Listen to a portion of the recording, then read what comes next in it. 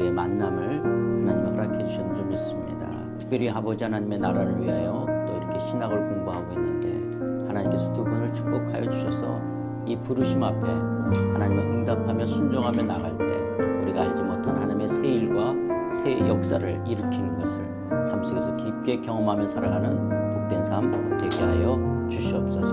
오늘의 만남 가운데 하나님 친히 함께하여 주시고 우리 가운데 속에서 또한 이루셔야 될 주의 뜻이 있다면 주의 뜻이 온전히 이루어지는 시간 되게 하여 주시옵소서. 오늘 우리에게 귀한 양식 주신 것 감사합니다.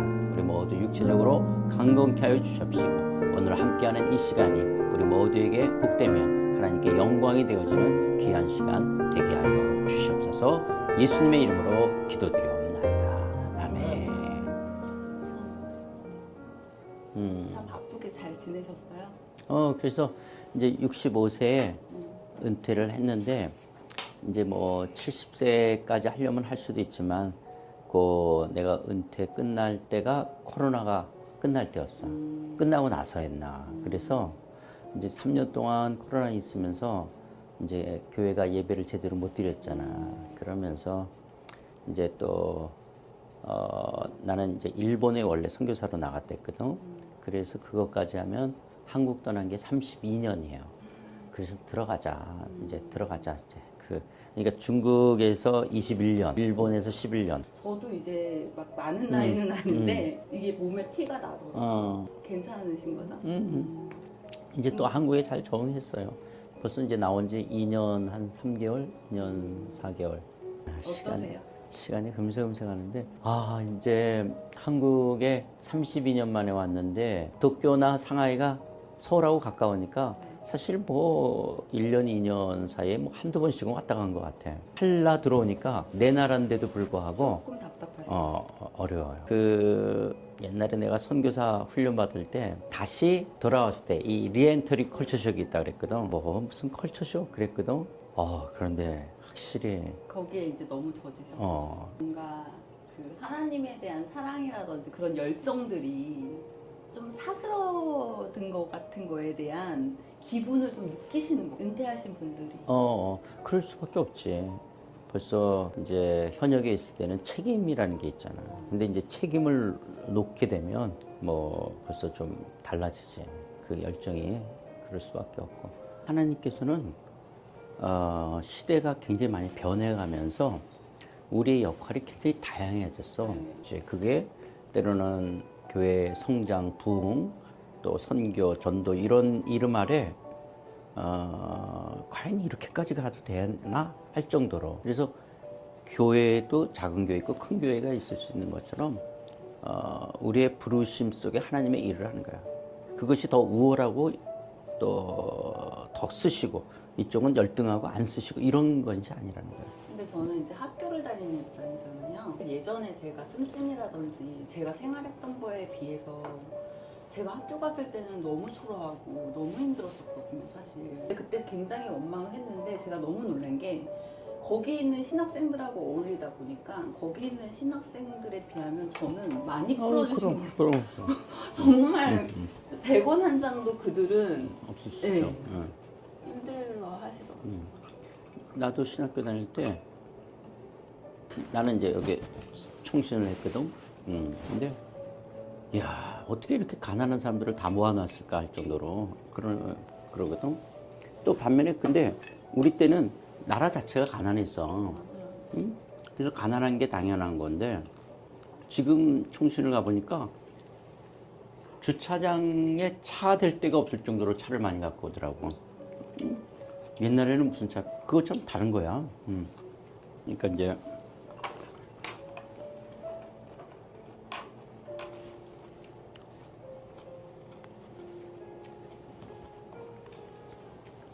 노아 홍수가 일어나기 전에 하나님의 아들들이 사람의 딸들과 시집가고 장가갔다 그 말이 있어.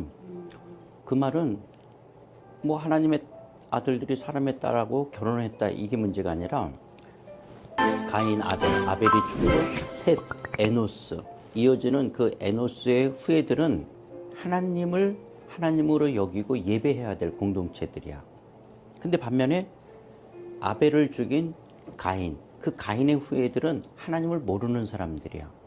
근데 가인의 자손들이 유목, 목축업, 그 다음에 예술, 문화, 청동기, 철기 문명이 이 가인의 문화 속에 나와.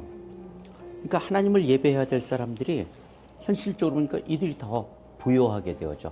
그러니까 하나님을 예배하는 걸 잃어버리고 단순히 결혼했다는 게 아니라 가치관들이 섞여버리고 하나님을 예배해야 될 것들을 잊어버리는 거야. 그리고 눈에 보여. 그러니까 노아 혼수가 되죠. 그런 것처럼 이스라엘 백성들이 가나안 땅에 들어가서 하나님의 백성으로 살아야 돼. 그런데 가나안 땅에 도착하자 만나가 안 내리기 시작했어. 그럼 이제 가나안에서는 유목 생활도 있지만 농경 생활로 바뀌어. 그럼 농사가 풍년이 되지 않으면 내일의 보장이 없어. 그러니까 풍년이 돼야 돼. 이제 만나가 안 내려지니. 그러면 농경 생활에 풍년이 되려면 해야 될 것들이 어떤 것들이냐. 농경 생활에 굉장히 중요한 게 태양의 일조량과 그리고 물이 있어야 되잖아. 그런 태양과 물을 주관하는 신이 바알 신이야. 그리고 농경 생활에 또 필요한 게 뭐냐면 노동력이 있어야 되냐. 사람이든 짐승의 노동력. 그러려면 새끼들이 많이 낳아야 돼. 그래서 유목 생활의 새끼들은 농경 생활에 필요한 자식이든 이런 다산의 신이 아세라 신이에요. 그러니까 왜 가나안에 들어가면 바알과 아세라 신을 섬겼냐? 그 가나안에 왜냐면 그들의 농경 생활 속에서 그들의 신이 그거예요. 그런데 이스라엘은 하나님은 눈에 보이지 않는데 풍년은 돼야 돼. 그러니까 이제 바알과 아세라 신을 섬기게 되어진 거거든요. 그래서 이제 하나님께서 돌아오라 그러지만 그들이 계속 하나님께 돌아오지 않게 될 때 이제 아수르와 바벨론의 멸망을 당하는 거거든. 그럼 멸망이 또 오지 않을까요? 그런데 이제, 그러나 하나님은 여전히 하나님의 백성을 멸망시키는 게 목적이 아니라 하나님은 돌아오게 하고 구원하시는 거니까 하나님의 그런 심판이 있지만 하나님은 또 구원을 이루어 가시는 거거든. 그래서 우리가 이 시대를 살면서 지금은 하나님 나라와 세상 나라의 이 충돌 속에 있는 거예요. 그러니까 하나님 나라 백성들은 세상 나라의 가치를 추구하면 안 되거든. 그런데도 이 세상 나라는 하나님이 없기 때문에 힘에 놀려. 누가 힘을 가졌냐? 그 힘이 옛날에는 주먹, 그 다음에 무기, 근데 지금은 돈이 되는 거야, 돈. 그러니까 이게 만몬의 가치인 거야. 그러니까 하나님은 만몬을 다스리도록 우리에게 이야기했지 만몬에 매어 살게끔 하는 것이 아니거든. 나는 모태신앙이거든. 그래도 한국을 자주 왔다 갔다 하고 어릴 때서부터, 그러니까 초등학교를 들어가기 전서부터 하나님의 존재를 인식했어. 그 기억이 있어. 어릴 때요? 어릴 때. 우리 엄마 아버지가 계신 것처럼 하나님이 계시다라는 생각을 했던 기억이 있어. 그러면서 초등학교 때는 뭐 여름 성경학교라든지 교회에서 하는 행사들에 뭐 그때는 놀이 문화가 많이 없으니까 집, 학교, 교회가 전부 다 했어. 그러니까 교회가 항상 너무 익숙한 거지. 중고등학교 때 수련회를 갔어. 근데 중학교 때 낮에 애들이 물가에서 놀 때 나는 거기서 돌을 하나를 주워서 큰 나무 밑에 와가지고 그걸 조금 묶고 기도했어. 그게 누구 흉내 내냐면 야곱 흉내 냈어. 그럼 사람이 나를 축복해달라고. 그게 중학생이 그렇게 하는 거야. 그러면서 고등학교 2학년 때 나는 2학년 때부터 설교하기 시작했어. 고2 때. 그게 이제 문학의 밤이라는 게 옛날에 있었어. 그게 이제 중고등학생들이 문학의 밤 하면 시도 낭송하고 이제 중창도 하고 연극도 하고 막 그래. 근데 애들은 몇 달 동안 고생해서 하지만 교회에 남는 게 없어. 그래서 우리 전도 집회처럼 설교를 하자. 다른 교회 다니는 애들도 오고 교회 안 나가는 사람도 오거든. 그래서 마포중앙교회라고, 내가 고등학교 내 친구인데 걔가 나한테 그런 거야. 너 우리 교회 와서 설교할래? 그래서 고2 때 나는 설교를 하고 예수 믿을 사람 일어나라 그러고 영접기도 시키고, 그걸 고2 때 했어. 내가 이제 방언을 받을 때였어. 그때 그 사건은 왜 나한테 더 그러냐면 그러니까 좀 신비적이니까 이야기하는 것인데, 그럼 그 전에는 어떤 거냐? 그 전에는 이렇게 신유의 은사가 있는 분들한테 내가 가서 안수기도 받거나 뭐 병이 낫는 거나, 또 우리 집안에서 그런 경험들, 어떤 아픈 사람들, 이런 것들은 나한테 계속 있었던 것들이야. 있었고 나한테 있어서 조금 더 한 건 그러고, 그리고 그 전에도 나는 이렇게 기도원을 굉장히 많이 다녔어. 고등학교 때부터 혼자서 다녔고.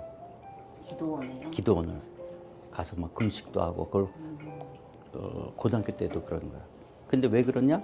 우리 어머님이 나 어렸을 때서부터 우리 어머님이 삼각산 기도원 갈 때서부터 나를 데리고 다녀서 나는 어릴 때 기억이 기도원인 거야.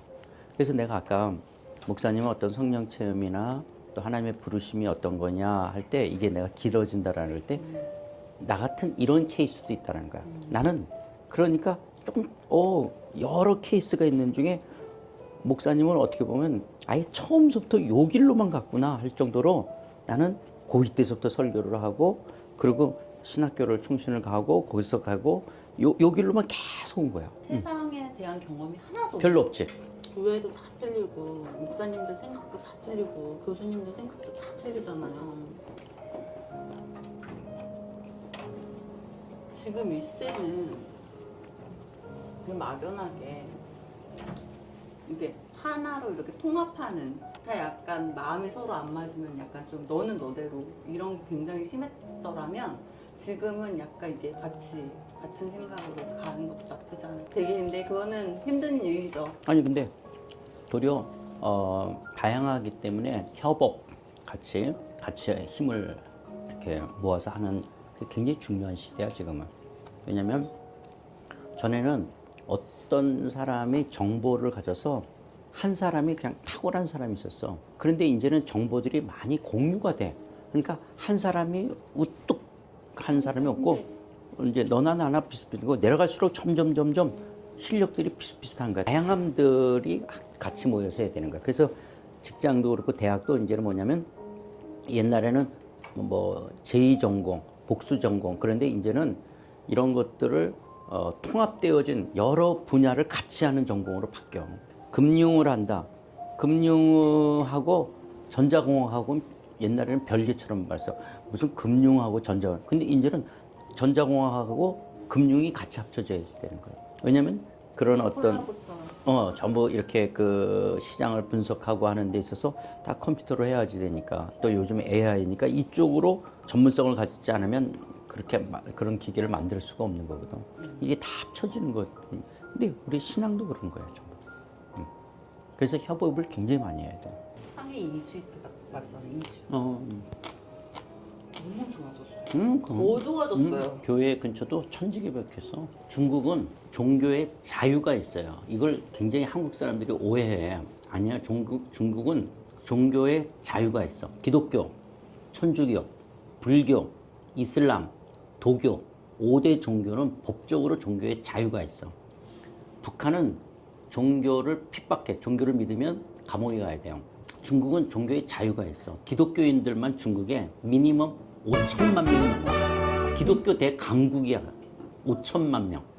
1억 2천까지 이야기하거든. 중국 기독교 숫자를. 근데 그걸 다 믿을 수가 없으니까 어쨌든 중국에 아무리 없어도 기독교인이 5천만 명 있어. 5천만 명. 선교를 하나님은 어떻게 지금 세계 선교를 이루어가시냐면 민족을 섞어. 그 섞는 한 부분이 난민이었어. 시리아 난민, 아프가니스탄 난민, 이라크 난민. 지금 우크라이나와 러시아가 전쟁하잖아. 그 우크라이나 사람들이 전쟁을 피해서 주변 다른 나라로 가는 거야. 이 사람들 난민이야. 응? 이렇게 지금 난민으로 가는데 최근에 제일 많이 흩어진 사람이 차이나 디아스포라야. 중국 사람들이 후진타오 이후에 지금 옛날 화교 말고 후진타오 이후에 나온 사람들이 너무너무 많이 나와 있어. 한국에도 지금 중국이 얼마나 많아. 근데 이거는 세계 도처가 그래. 내가 지난주 치앙마이 갔다 왔거든. 저기 태국. 치앙마이에 중국 사람만 15만 명이 살아. 그래서 이제 배제하잖아. 하여튼 모든 나라가 다 중국이야. 그래서 지금 뭐냐면 지금 내가 말하려는 건 뭐냐면 하나님이 이렇게 민족을 섞는단 말이에요. 그러니까 지금 중국 사람을 사역을 어디서 해야 되냐? 여기서 해야 되는 거예요. 그래서 이제 나중에 뿌리시겠죠. 그렇지. 중국이 좀 더 자유로워지면 그때 또 본토를 섬기더라도 지금 여기인 거야. 상해에 92년서부터 중국하고 한국이 한중 수교가 됐어. 그래서 한국 사람들이 92년서부터 들어갔어요. 그때는 한국 교회가 없었어. 그래서 상하 한인연합회 일대 목사님이 6년 동안 가정집에서 그 다음에 그 구베이에 있는데 거기에 무도학교에서 학교에서 그리고 나중에는 신경당이라는 중국 교회에서 모임을 가졌어요. 그리고 그분이 떠났어요. 떠나고 여기 이제 사랑의 교회라고 한국에 큰 교회가 있는데 그 교회 부목사님이 상해 한인연합교회 담임 목사로 갔어요. 2대 목사로. 근데 이분이 3번 설교하고 몸이 아파서 병원을 갔더니 간암이야. 그래서 4개월 만에 소천했어요. 죽었어요. 그러니까 또 다음 사람이 가야 되는 거예요. 가야 돼. 그런데 그때 사랑의 교회에서 마침 누군가를 보낼 만한 사람이 마땅한 사람이 없었어요. 그런데 이제 연락이 온 거예요. 그 돌아가신 오카노 목사님이 그 목사 앞으로 상해가 굉장히 중요한 지역이 되니까 나를 가라는 거예요.